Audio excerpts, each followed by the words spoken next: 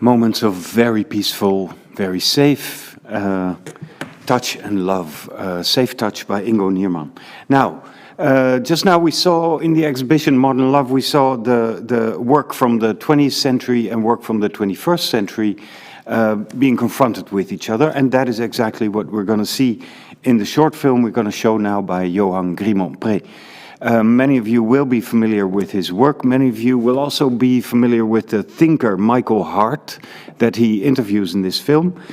Michael Hardt, political philosopher and co-author of Empire, Multitude and Commonwealth, together with Antonio Negri. He asks us what it would mean to base a political system on love rather than fear.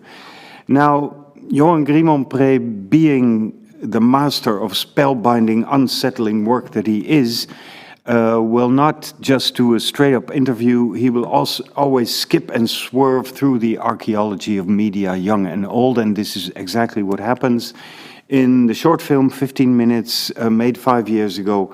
Every day, words disappear. Michael Hardt on the politics of love.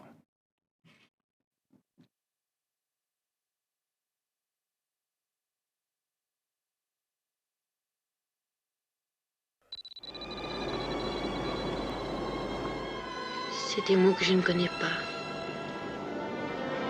On ne me les a pas appris. Aidez-moi. Impossible, princesse. Il faut y arriver toute seule. Alors vous serez sauvée. Si vous n'y arrivez pas, vous êtes perdue comme les morts d'Alphaville.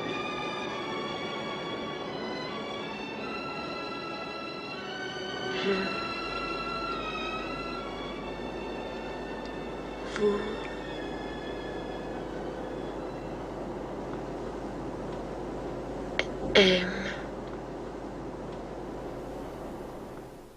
Machiavelli asks in The Prince, is it better for the prince to be feared or loved? And his answer is, it's better to be feared.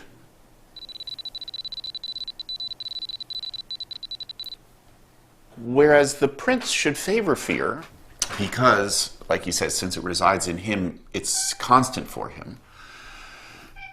The people maybe should favor love, because it resides in them. It's in their power. And so for them could be constant and long-lasting. I mean, so Machiavelli already opens a question that he probably doesn't provide us the answer with. What would it mean to have our social arrangement, like the basis of our social choices, be founded on love?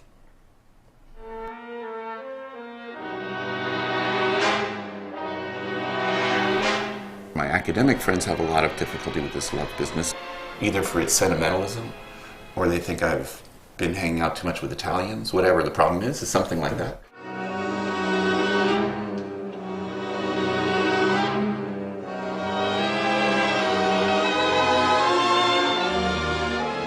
If you're talking about love, they assume, okay, you're just talking about sex. Poets and psychoanalysts can talk about love. We shouldn't talk about it.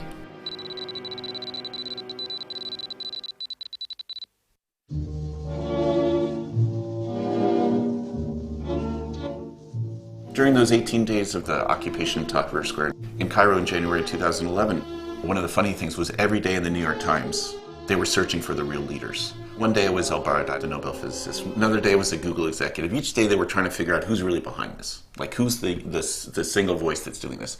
What they couldn't understand was the fascinating thing that was going on in the square was that a variety, a multiplicity of diverse groups were collaborating together and acting politically in a way that was not unified. I think that's an incredibly important experiment, and the kind of experiment that we've seen repeated in recent years in the most powerful or the most interesting social movements. How to act politically as a equal multiplicity of different groups. I wouldn't say they've all been successful, but that seems to me it's animated by a political desire, animated by a political desire for democracy. So I would call these kind of experiments in a political love.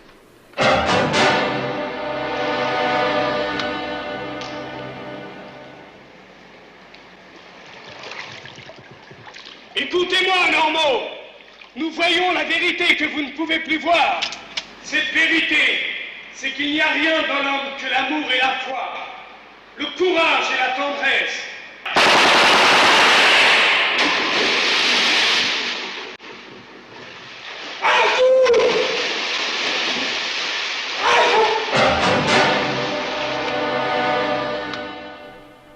Love, like democracy, is certainly a corrupt political concept. All the central elements of our political vocabulary, freedom, democracy, equality even, have all been corrupted, so they all must seem unusable. When they start talking democracy, like, you better start running because the bombs will start falling.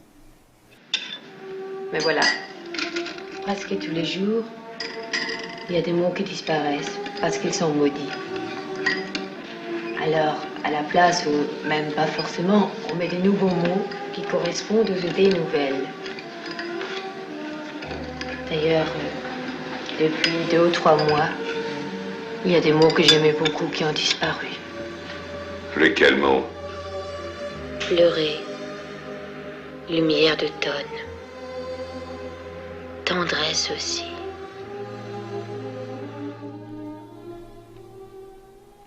I mean, I think at the most basic level, when we realize how we've entered into a permanent state of war, like what often proponents of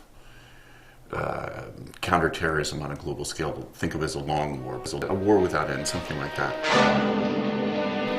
When one recognizes that we've entered into that state, it not only makes a democracy impossible, but for many it makes it undesirable. The world system today is becoming ever more a system of global apartheid. When one says global apartheid, one shouldn't think simply of exclusions. It's not about drawing fixed boundaries that segregate in a rigid way. I think you have to understand apartheid, in fact, in the ways it functioned in South Africa, that as a kind of hierarchical and differentiated labor regime that is really a kind of inclusion.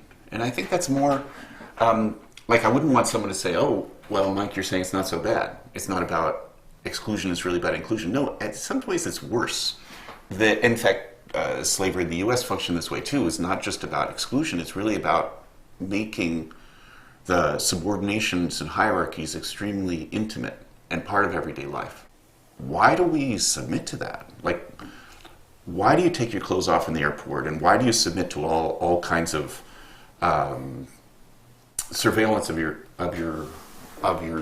daily activities, really almost everywhere? And I think the only answer is really fear. I mean, I think that what we've entered into and accepted is a political regime that is sustained by fear. In fact, one could say democracy won't be possible until we can somehow create a political society that is not based on fear.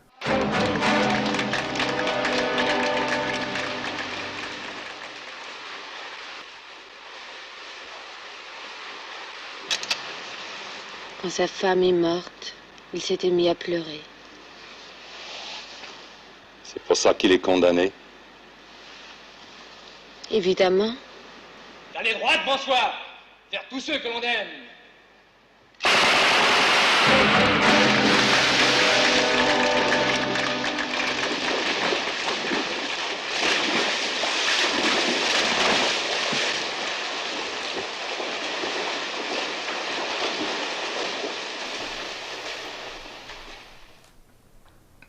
One has to start answering such a question by recognizing how terrible many forms of political love are, and how destructive and how dangerous. I think that, in fact, most times when people talk about regimes based on hatred, I think really they're based on a certain kind of love, but it's a horrible kind of love. So, for instance, when one talks about white supremacy, other forms of racism, I would put together nationalisms and various religious fundamentalisms, I do think they're based on love, but they're based on a notion of love in which one loves the one who's like them.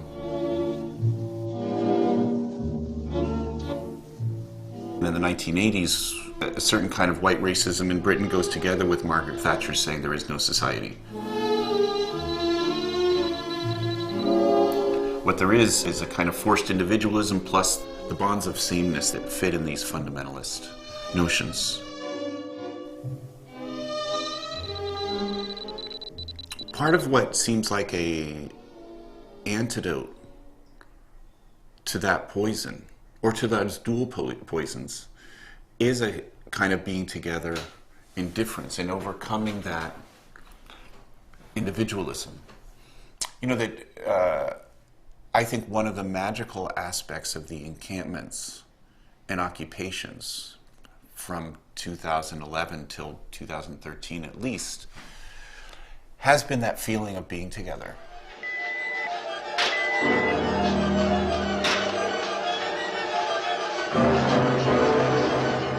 People are excluded from power, or even trained to be excluded from power. It's for that reason that I'm interested in many movements that claim to be for the common, contesting both private control, the rule of private property, or public control, the rule of the state, over social goods and social resources.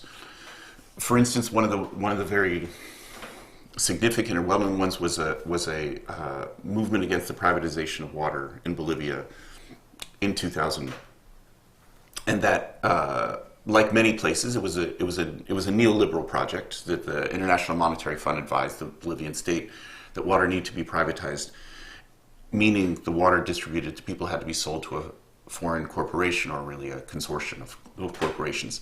But the movement was interesting in the sense that it was not just defending the Bolivian state's control of water.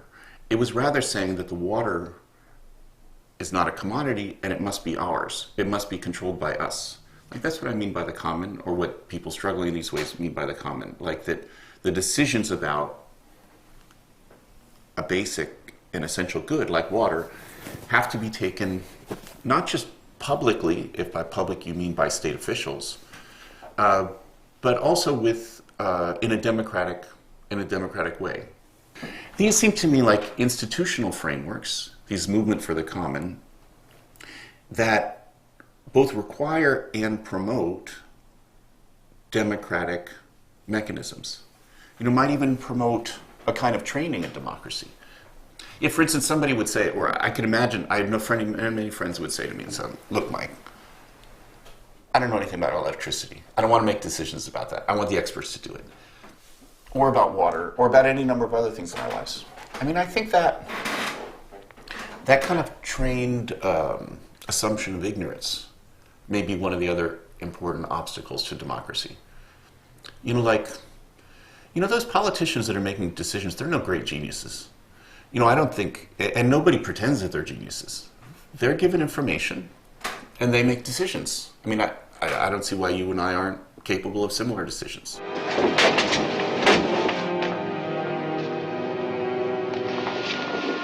Qu'est-ce que vous faites? Vous pleurez? Non, puisque c'est défendu.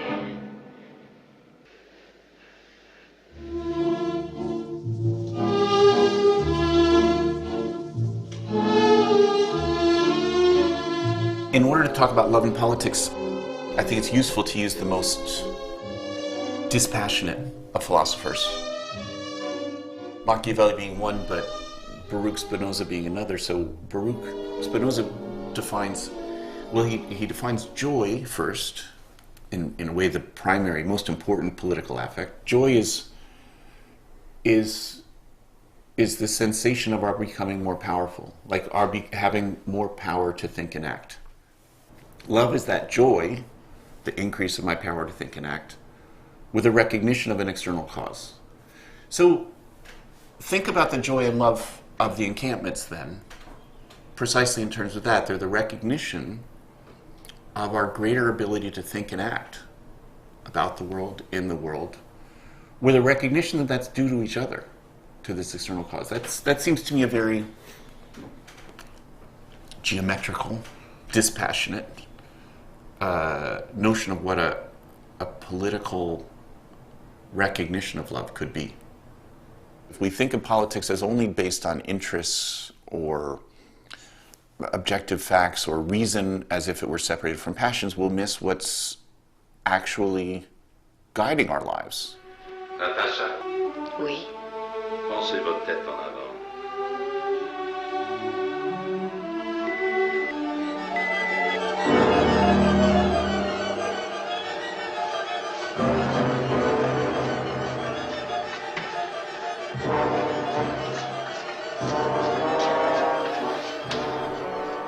I guess one has to accept with this, or part of going down this road is to recognize how love changes society and changes us. I mean, love is an ontological condition, an ontological power, really, in that sense. That love changes you. C'est des mots que je ne connais pas. On ne me les a pas appris. Aidez-moi. Impossible, princesse. Il faut y arriver toute seule. Alors vous serez sauvée. Si vous n'y arrivez pas, vous êtes perdus comme les morts d'Alphaville.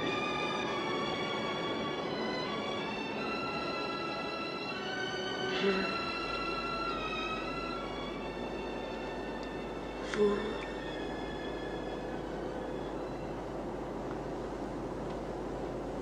aime.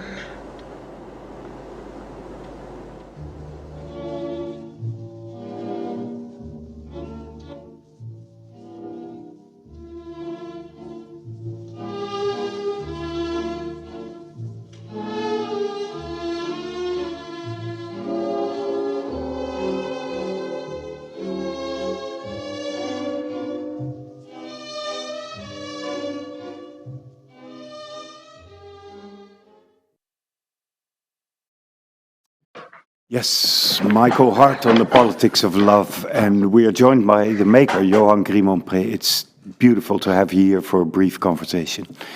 Because we don't have so much time, I just want to ask you a very simple first question, Mr. Grimonprez. Why 5 years ago did you need to go and speak to Michael Hardt on the politics of love? Do you hear me? Is the Yes, voice very okay? good. Yeah.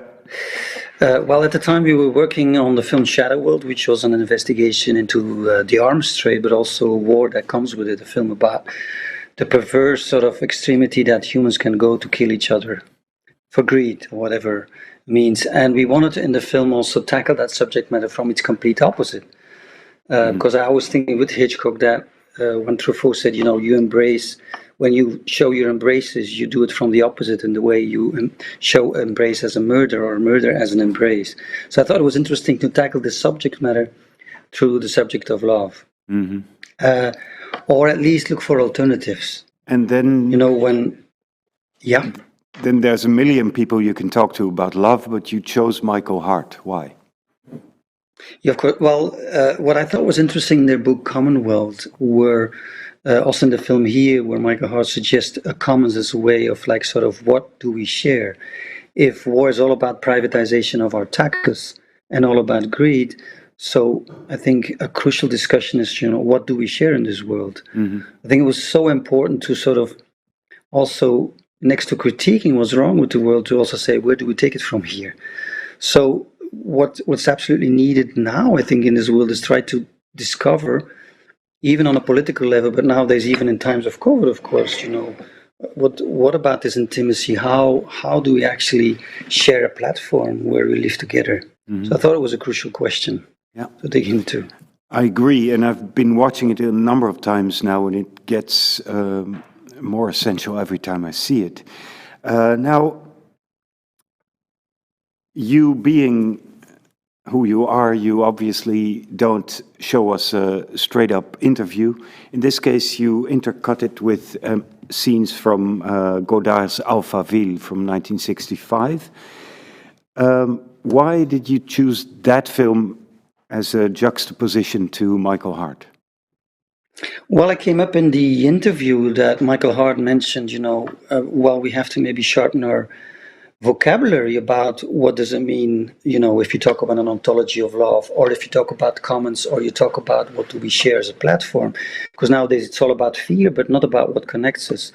And then I was thinking about this film Alphaville by Godard, where there's a society being projected in Les Banlieues, in the suburbs of Paris, set in the future, but now it sort of looks nostalgic because it's set in the 60s. But what's being projected is sort of a future society where everything about love, affection, and about closeness and love is banned as the threat of death. Mm-hmm. And I would think we live so much, I think, there's so much echoes in our world about such a society, that a point where we don't even know, we talk more about fear these days than about anything else than connecting. But also on a political level, in that sense, Michael Hardt and Antonio Negri go on about how we don't have actually international political institutions that can sort of hold multinationals accountable. As we're witnessing right now, of course, during COP26.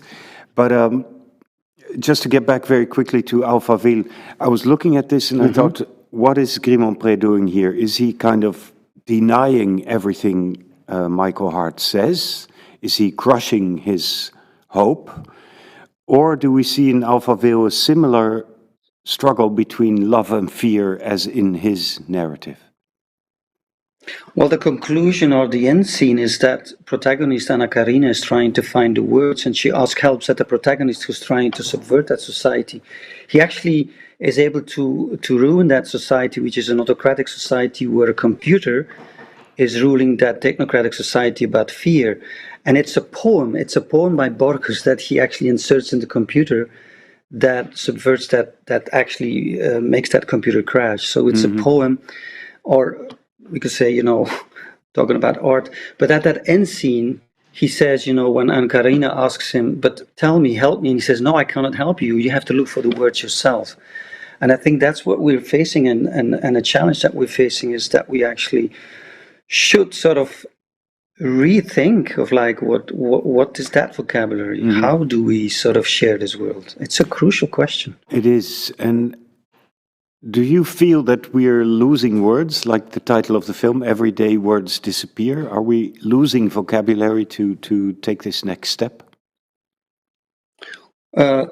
A lot of my work has been an investigation of media, and I see, like, from the 60s all the way up to today, instead of happy consumers of happiness in commercials, we have become consumers of fear. Not even citizens. We have been reduced from citizens to consumers, but then from consumers of happiness to consumers of fear. And that's what we know. If you're bombarded every day with that, then you forget what's actually else is there to actually connect or to stand in the world. And this is this is a way of losing your vocabulary, you mean? Exactly. Not even only losing your vocabulary, you're losing your reality. Yeah. Now, I think we all should start a hugging rebellion. yeah. Well, that's earlier on we saw The Army of Love by Ingo Nierman, a German. I saw it, yeah. Who tries to come up with a vocabulary exactly. Yeah. He's out for a kind of hugging revolution, if you could call it that. But let me get back to Michael Hardt at the beginning of your film, because you say we now live in a society where fear dominates, and it's very difficult to find a vocabulary that resists to that and finds an alternative. He says, he refers to Machiavelli at the beginning, whereas the prince should favor fear, because as he says it resides in him, it's constant for him. The people maybe should favor love, because it resides in them, it's in their power, and so for them could be constant and long-lasting. So the people with love can oppose the ruler with fear. I love that quote, but 5 years after you spoke to Michael Hardt, it already seems almost nostalgically optimistic. Maybe, I often refer to the book of Rebecca Solnit, Paradise Built in Hell, that actually in times of deepest disasters, that actually we become each other's brother keeper or each other's sister's keeper. That actually what a disaster can cause is actually it sort of provokes a way where we connect. And maybe reality consists of contradictions. When we initially wanted to have Mahmoud Darwish as part of the interventions in the film about the arms trade, and Mahmoud Darwish was once asked as a Palestinian, poet, he was asked, but why do you write about love? You live in this whole sort of situation where politics is defining your world. And he said, well, if I write about love, it's to expose the conditions why I'm not allowed to write about love. And that again is very contradictory, but why should you be defined by the reality you live in? Yeah. I once met him. I didn't know what to say at all. I asked him, Mr. Darwish, do you write about the wall that separates Israel from Palestine? And he says, I never write about the wall. Which wall? So he denied its existence because it would not allow him to write in freedom. Anyway, exactly. Yeah. My last it's a beautiful question. Story. Yeah. I was so shy, and then he went on to tell me that he had spent all night reading Dan Brown, the Da Vinci Code, and he couldn't fall asleep because he had to finish the book, and when he finished it, he couldn't remember anything what it was about. So, but anyway, my last question. Michael Hardt speaks somewhere in the film about the Tahrir Square 2011, and he describes that as an experiment in political love. He knows, we know how Tahrir Square ended, but I think this is the main thing you want us to carry from your film, no? The continuation of experiments in political love. Exactly, yeah. And referring to Spinoza as well, the sense of joy, sense of happiness that actually is as a political measure, it's sort of quite interesting because that's also something we lost. Or maybe not, maybe it's all around, but it's sort of hushed up. It's sort of not, it's not in the view. And so I was happy to see the film before me because it's about connectedness, right? Right.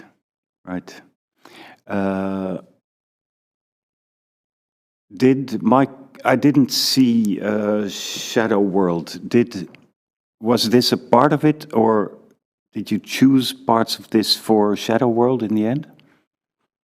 It was, but there is only a very small section, precisely the section about Machiavelli, that is part of the film. But there was many other parts that actually dealt with the same subject matter. We interviewed, for example, Raymond Tallis on tickling. And then he asked the question, but why can't you not tickle yourself? And it's because you need the other to tickle you, otherwise you cannot tickle yourself unless if you're schizophrenic. And so this is a little film about the ontology of consciousness, that consciousness is ultimately relation, just like language. If Michael Hardt and Antonio Negri define the commons as language, a language we share because we share in order to communicate. And so that sharedness, that commons is so crucial. But he relates even consciousness to something that is relational, just as tickling. Yeah. And I thought it was an interesting sort of itinerary to place also in the film. Ultimately didn't make it, it became a separate project. Okay. Just as Michael Hardt. Good. But it was still important to tell that story. Yeah. I'm so happy that you took some time to be with us. It strengthens me actually that you show yourself with such power and determination and love. So thank you very much for now, Johan Grimonprez. Thank you. Yeah. Thank you for the platform. Thank you. Bye. Okay. Tip to anybody who organizes IMPAKT Festival in the future, invite Johan Grimonprez and give him the floor for at least 3 evenings in a row.